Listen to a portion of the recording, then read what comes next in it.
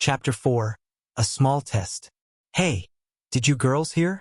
A media senior girl lied to a freshman about an internship opportunity, but when she arrived at the place, she found out that she had been tricked into drinking with other men. They even took naked pictures of her. Yesterday night, that senior's dorm mate suddenly disappeared. Her roommate said that she saw her go to bed, but she vanished just like that. I heard that too. All the girls in Block 2 are freaking out. They searched the entire campus but didn't find her. Then the police called the school and asked the head of the university to go to the station. Apparently, someone sent all her dirt to the authorities. Among them were 2 pictures that had close shots on her. But it seemed like the person in the picture did not realize that there was a camera in front of her. This is just weird. Speaking of weird, isn't the WOMERT 12 o'clock legend even scarier? What 12 o'clock legend? How can you not know about that? It has been spreading around the campus like a wildfire. Every Monday, exactly at midnight, a bottle of Nescafe coffee would go missing at that WOMERT near the library, and every time there would be exactly 4.50 yuan in the cash register. The 2 cashiers who work there are scared to death. When they looked at the surveillance videos, the coffee just vanished in split seconds. There was no one in the videos. Wow, just hearing the story gives me the chills.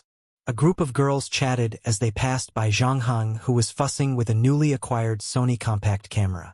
For a month now, since he found out that he had extra 24 hours, he had been experimenting and got the hang of this newfound ability. That media senior incident was just something he came across. He was just merely trying his hand. If he prepared well, he could incite World War III if he wanted to. Of course, doing that would not benefit him in any way. Other than that, he could also walk down the street with a fire axe and hack away at all the ATMs. He could become a top 100 millionaire overnight. He could also just steal 1 yuan from every person's wallet and earn 20 million while inflicting the smallest impact. But for the time being, he had no need in this regard. To a sophomore, 30,000 yuan allowance was more than enough. He would not know where to spend the extra money. His family did not need financial support from him. Forget about his parents that were focusing on their research in another country. His grandfather was the first batch of university students during the reintroduction of Gaokao 1 in 77.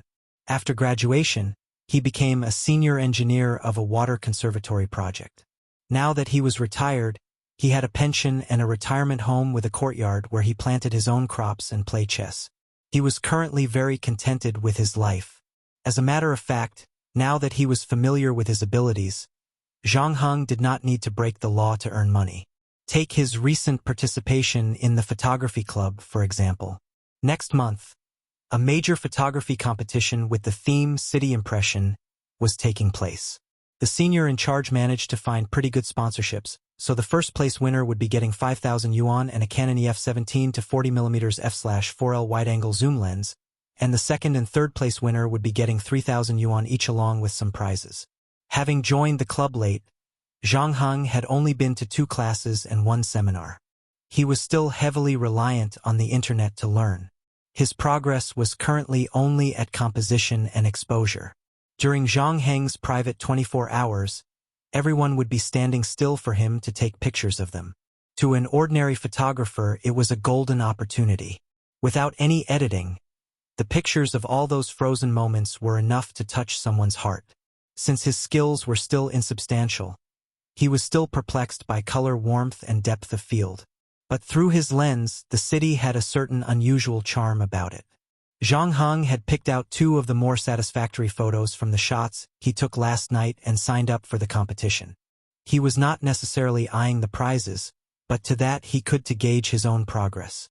Ever since he found out about the extra time he had, instead of slowing down, Zhang Heng became even busier. In the beginning, it was mainly because he was testing and experimenting. For example, would the objects that he touched break away from complete stillness? Would it resume its stillness after he had stopped being in contact with the object? How much area did this stop-in-time cover? Was it limited only to this city? He bought a plane ticket to fly to a place 1,000 miles away on a Saturday. Through these experiments, he was able to find the answers to most of these questions. For now, he had no way of verifying the more difficult ones. After that, He had to figure out what to do with the extra 24 hours. First was sleep, which was necessary. He used to sleep at midnight. Early on, his curiosity would bring him all over the city for the entire day. But once he got used to it, he could not do it anymore. In the 24 hours when everyone was motionless, and the time on his wrist continued to move, his physical needs were still present and he still experienced hunger, thirst, discomfort, and exhaustion from a full day of activity. Does this mean that I would age faster than normal? Zhang Heng stared at his own reflection in the mirror. Unfortunately, this was a question he would not be able to answer in the short term. After all the time he spent eating and sleeping, he had about 14 hours left. His remaining period of time was enough for him to do plenty of things like reading. Perhaps it was his theologian parents' influence that caused him to be interested in all kinds of bizarre knowledge. Previously, because of time limitations, he could only read a book a week. Now, he had made a new arrangement and was dedicating 6 hours every Monday and Wednesday to reading. The bright and spacious library had become exclusively his. He did not need to book a place in advance or sit next to a strange person. He could even visit the library in his pajamas and flip-flops. An interesting book, paired with a cup of cold coffee, was enough to pass some meaningful time. Other than that, Zhang Heng even picked up the rock-climbing hobby he had abandoned and added a new one, photography, to his list of hobbies.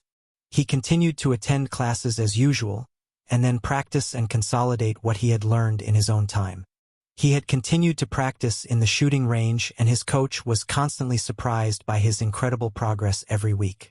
He was even encouraged to seriously consider the possibility of expanding in this area. Of course, Zhang Heng's favorite activity was his nightly city roams. Every day he would spend at least 2 hours walking around town. The big city at midnight held many secrets. Zhang Heng took advantage of the frozen time and his camera, quietly observing every corner of the city, as if he was watching a stop-motion film. Most of the time he was just a silent observer, but on occasion, he would take action to change some of the circumstances that he did not like very much. These changes had nothing to do with good or evil. He had no interest in playing God or the devil. He was simply enjoying the time that belonged only to him.